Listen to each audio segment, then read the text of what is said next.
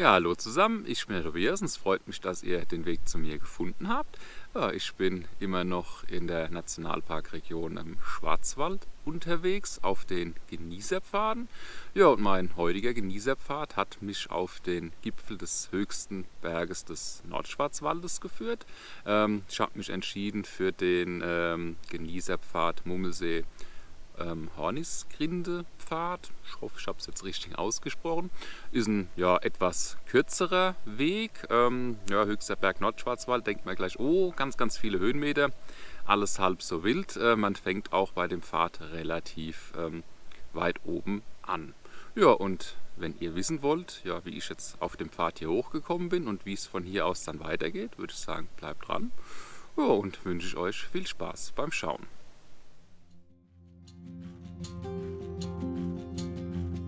Startpunkt des mit 90 Erlebnispunkten bewerteten Genießerpfades ist am Wanderparkplatz Seibelseckle.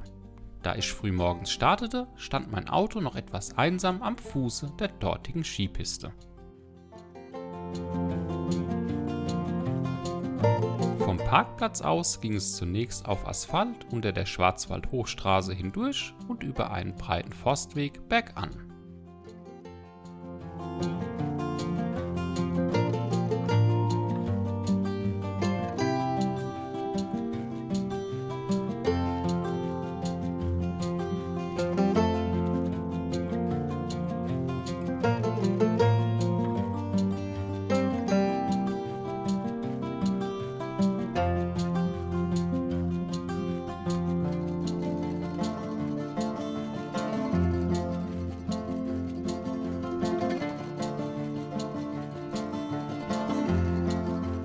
Hier konnte ich beim Aufstieg bereits erste schöne Aussichten genießen.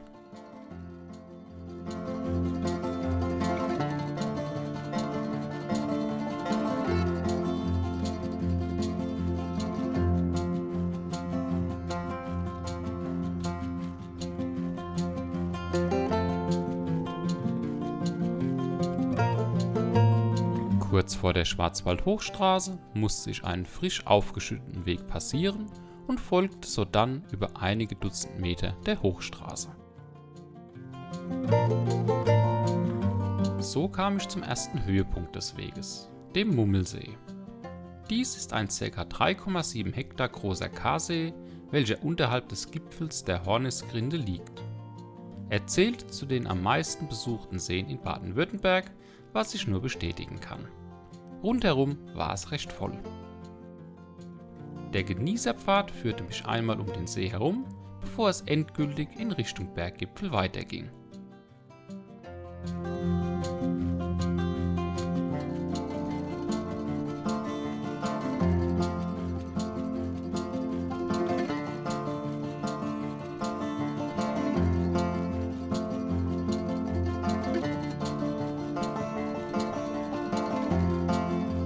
Der Aufstieg erfolgte zunächst wieder über einen breiten Weg mit fantastischen Aussichten in Richtung Rheinebene.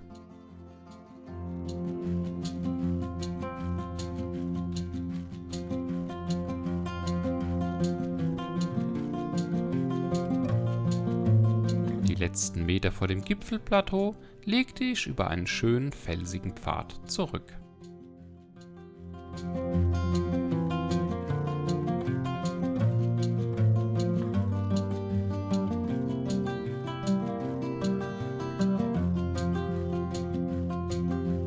Oben angekommen, führte mich mein erster Weg zum Hornisgrinde-Turm, welcher aber noch wegen Corona geschlossen hatte.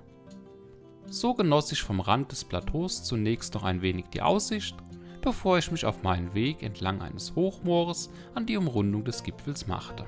Der zweite auf dem Gipfelplateau befindliche Turm, ein Bismarckturm, war glücklicherweise nicht geschlossen und so stieg ich hinauf.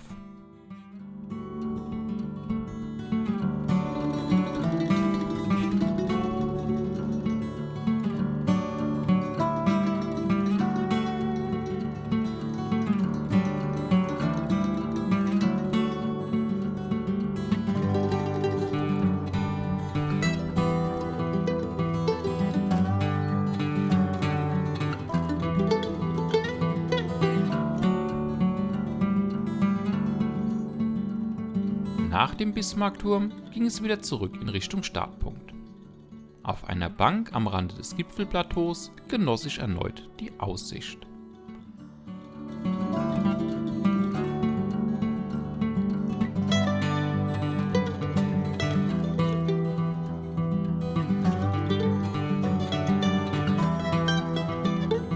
Anschließend ging es für mich wieder zum Hochmoor. Dieses Mal aber nicht daran entlang, sondern sogar mitten hindurch.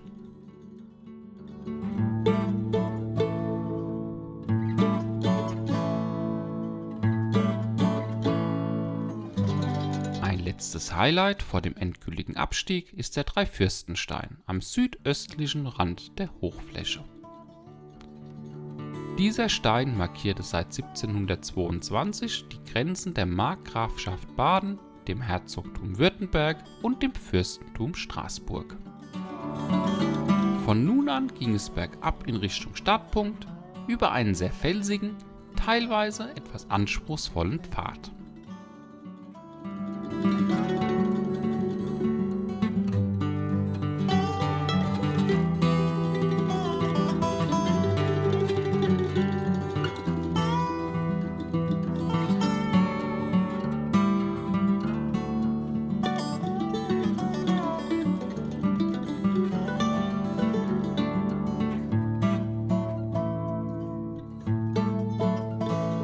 Der Mummelsee-Hornisgrinde-Pfad ist klein, aber fein. Auf seinen gut 6,5 Kilometern bietet er eine abwechslungsreiche Wegführung sowie allerhand zu sehen, wie den Mummelsee, das Hochmoor und Aussichten satt. Auch hier wird der gute Eindruck des Weges von einer soliden Beschilderung abgerundet. Einzig das doch recht hohe Touristen- und Wandereraufkommen auf dem Weg waren ein kleiner Wermutstropfen. Ja, wir haben es geschafft. Der Weg ist gelaufen. War ein insgesamt dann doch sehr schöner Weg. Am Anfang dachte ich mir noch, oh, ganz schön viele Forstwege. Das hat sich dann hinten raus aber deutlich gebessert. Ich sag mal, spätestens ab dem Mümmelsee. Also Mümmelsee selber war auch ja, ein sehr schöner See, aber da ist ein bisschen was los. Liegt daran, dass direkt nebendran ein Hotel ist. Große Parkplatz, die Hochschwarzwaldstraße läuft da direkt vorbei. Dementsprechend kommt man leicht hin und da ist dann auch ein bisschen Betrieb. Und ich sag mal, ab da hoch zum Gipfel, ne, mit dem Hochmoor war auch richtig gut gewesen. Bisschen schade, dass der Aussichtsturm ja noch aus Corona-Gründen geschlossen hatte. Aber wie gesagt, das Moor selber dann da oben rumzulaufen auf dem Gipfel, das war schon sehr schön. Genau, und dann auch der Abstieg vom Gipfel, der war dann auch nochmal ein bisschen ja, fordernder. Ja, und ihr hört es vielleicht auch zum Thema Hochschwarzwaldstraße, die läuft hier direkt vorbei, also da kriegt man immer mal wieder am Weg was mit. Für die, die es dann gerne ein bisschen ruhiger hätten, beziehungsweise Sehenswürdigkeiten oder Wegabschnitte, wo dann vielleicht auch mal nicht ganz so viel los ist, ja, da wird es hier ein bisschen schwieriger. Gut, dann würde ich mal sagen, das war es dann mal wieder soweit von mir. Ich hoffe, euch hat es gefallen, mich zu begleiten. Euch wie immer viel Spaß beim Wandern und dann sehen wir uns beim nächsten Mal wieder.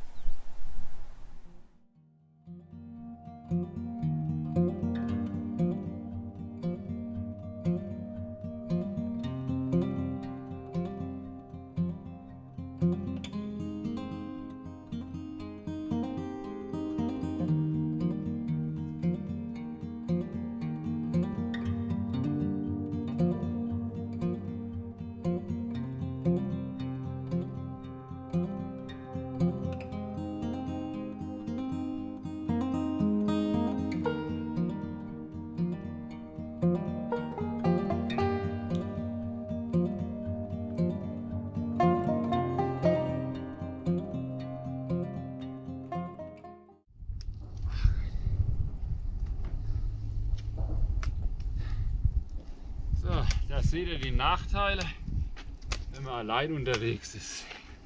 Berg runter, Berg wieder hoch oder umgekehrt, je nachdem. Ne? Das ist bei so einem Weg herzlichen Glückwunsch, Leute. Ja, die Aufnahme erstmal wieder hoch, wieder runter zu kommen. Jetzt muss ich doch tatsächlich so nochmal einen zum Besten geben. Jetzt mache ich hier den Berg gerade runter, kommen mir zwei entgegen. All die Frau und ja, ich vermute mal so ein Enkel, keine Ahnung. Guckt er mich an, na, ob wir mit 83 auch noch so fit sind, den Berg hochrennen. Das ist der Weg. Also wenn ich da mit 83 noch so hochrenne wie die gute Frau, muss ich sagen, läuft. Alla, bis dann.